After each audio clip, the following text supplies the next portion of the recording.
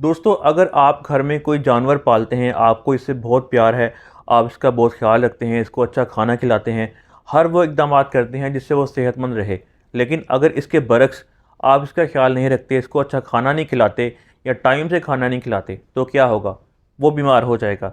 इसी तरह हमारे जिस्म के अंदर भी ऐसे जानदार, ऐसे बैक्टीरिया मौजूद होते हैं जो आपको तंदुरुस्त भी रख सकते हैं और आपको बीमार भी कर सकते हैं, जिनकी तादाद आपकी जिस्म के सेल्स से 10 गुना ज़्यादा होती है।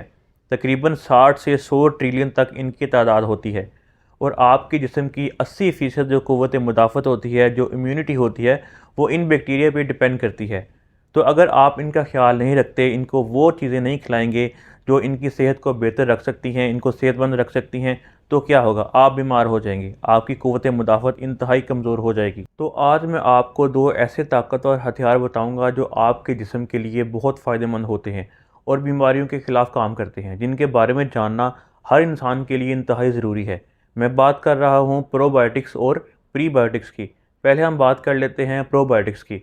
प्रोबायोटिक्स दरअसल ज़िंदा अच्छे बैक्टीरिया होते हैं जो आपकी आंतों यानी कि गट में जाकर बस जाते हैं और वहाँ जाकर एक मज़बूत दिफाई निज़ाम बनाते हैं।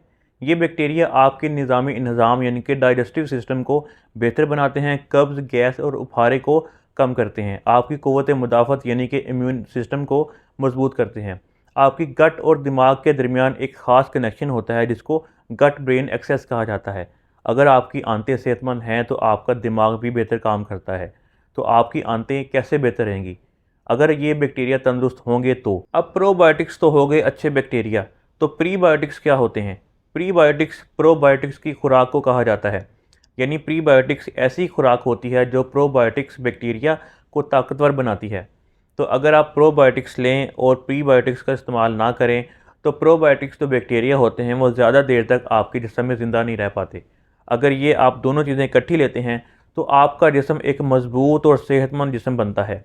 अब सवाल ये पैदा होता है कि आपने प्रोबायोटिक्स और प्रीबायोटिक्स कैसे लेनी है। प्रोबायोटिक्स बैक्टीरिया के बेहतरीन जो ज़राए होते हैं उनमें लस्सी, कीफ़र, अचार और ख़मीर वाली चीज़ें होती हैं।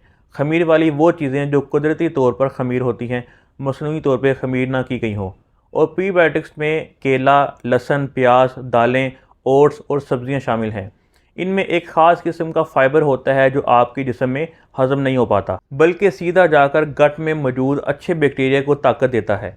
इस तरह आपका मैदा, आंतें, मुकम्मल डाइजेस्टिव सिस्टम और दिमाग और आपकी इम्यूनिटी यानी क़ुव्वत मुदाफ़त मज़बूत रहती हैं और 60 से 70% बीमारियां इसी से ठीक हो जाती हैं। तो अब आपको अंदाज़ा हो गया होगा इनकी अहमियत का।